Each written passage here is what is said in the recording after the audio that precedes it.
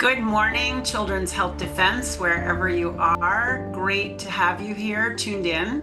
And I am really delighted today that we are going to be focusing on geoengineering and chatting with the members and founders of our geoengineering age, Dr. Rob Williams and Paul Bean. Rob and Paul, welcome back to CHD TV.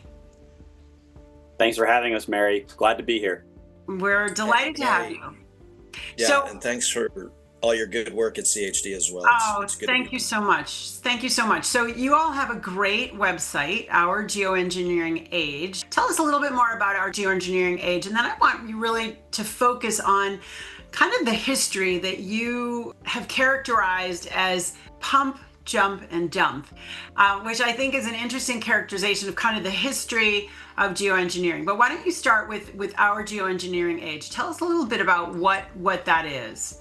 Our website is ourgeoengineeringage.org. We've been in the business of geoengineering research for 10 years as a team of 5 researchers from around the country.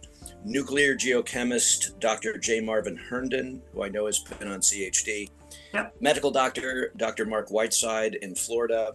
And then 3 Vermonters, Ian Baldwin, co-founder of Chelsea Green Publishing, lifelong environmentalist, myself as an environmental historian, and then our communications director, Paul Bean. So we provide what we call an evidence-based exploration of the globe's most pressing yet underreported environmental issue, which is this issue of geoengineering, weather manipulation, and climate modification or climate engineering. And if you visit our website, ourgeoengineeringage.org, you will find free essays there charting the history of geoengineering. You will find several dozen peer-reviewed scientific papers going back to 2016, 10 years there.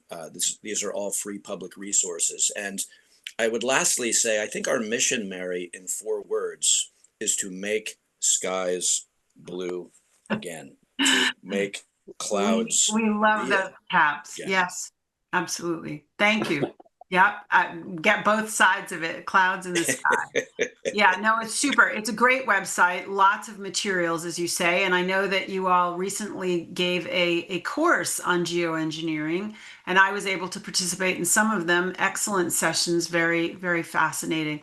So why don't you tell us, Paul, why don't you start us off on this characterization of the history of geoengineering starting in 1946? How would you characterize these different phases? Yes. So I think you mentioned it earlier. We have pump, jump, and dump. And we've characterized these phases as maybe, let's say, about 20 to 25 years of history apiece, where you have the chemistry being the pump phase starting in 1946. And, there's maybe some discrepancy or arguments to be made about the geoengineering age beginning a little bit before this with some inventions of electricity and electromagnetic technologies, but where we really start to see the chemistry being implemented. This cloud is made up of liquid water droplets. They are not snow crystals as yet, but by taking a tiny piece of dry ice such as this and scratching it so a few tiny fragments fall into the supercooled cloud, long streaks develop just like the vapor trail from an airplane. These contain millions and millions of tiny submicroscopic snow crystals which grow very fast and assume exactly the same forms that natural snowflakes show in an ordinary snowstorm. Post-World War II, you have a couple of scientists in General Electric in Schenectady, New York, participating in some cloud seeding experiments where they were successfully able to make it snow over Mount Greylock in northern Massachusetts, which is just, of course, a few miles from Schenectady, or maybe about 50 miles or so. Mm-hmm. So that's what we would call the chemistry phase, starting then being pumped using silver iodide, the chemical, to nucleate and cause rain, essentially, or to induce rain.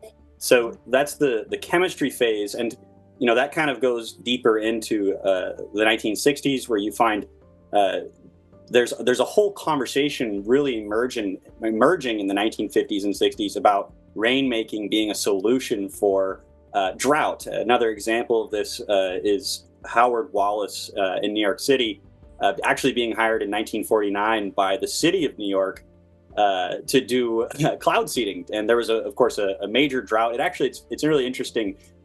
We see this conversation emerging following Mondami's announcement. Everybody keep your thermostat set down to, I think it's 78 or 76 degrees, something like that.